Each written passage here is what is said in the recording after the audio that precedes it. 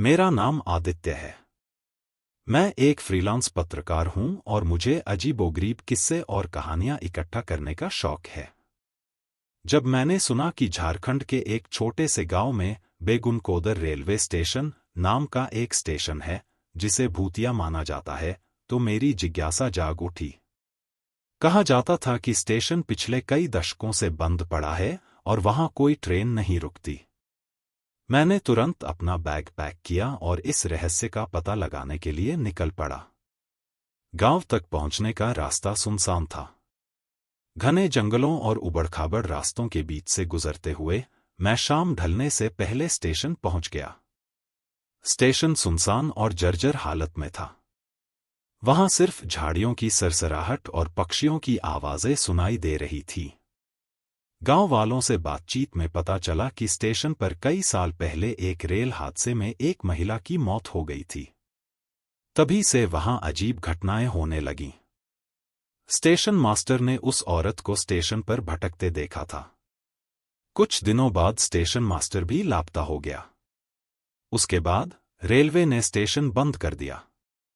गांव वाले सलाह देते रहे कि मुझे रात में स्टेशन के पास नहीं रुकना चाहिए, लेकिन मैंने उनकी बात अनसुनी कर दी। मुझे लगा ये सब अंधविश्वास है।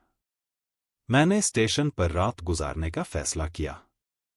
अपने कैमरे और टॉर्च के साथ मैं प्लेटफॉर्म पर बैठा था। अंधेरा घिरते ही माहौल बदलने लगा। हवा अचानक ठंडी हो गई और चारों ओर अजीब सी सन्नाटा छा गया। रात करीब 12 बजे मुझे ट्रेन की सीटी सुनाई दी। मैंने सोचा कि शायद कोई मालगाड़ी गुजर रही होगी, लेकिन ट्रैक पूरी तरह खाली था।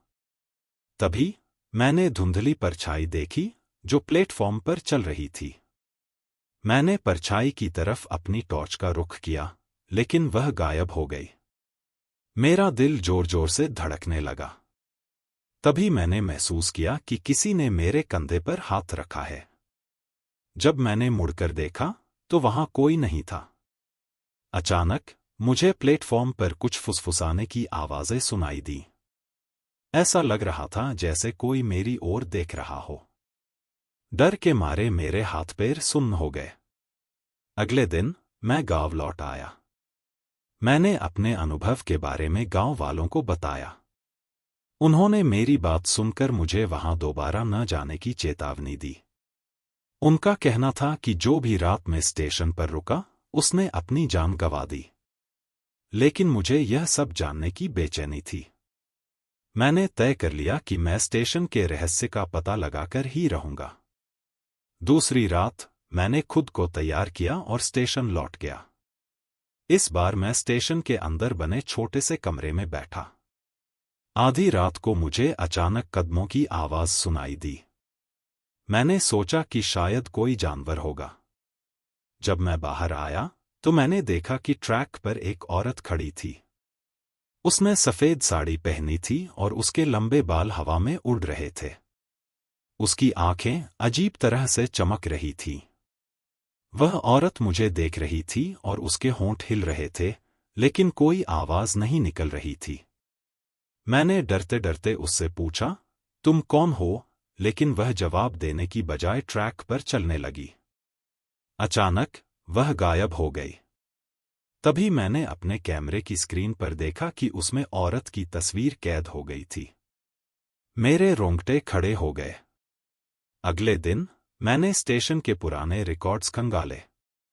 मुझे पता चला कि 1960 के दशक में यहां एक महिला को ट्रेन ने टक्कर मार दी थी।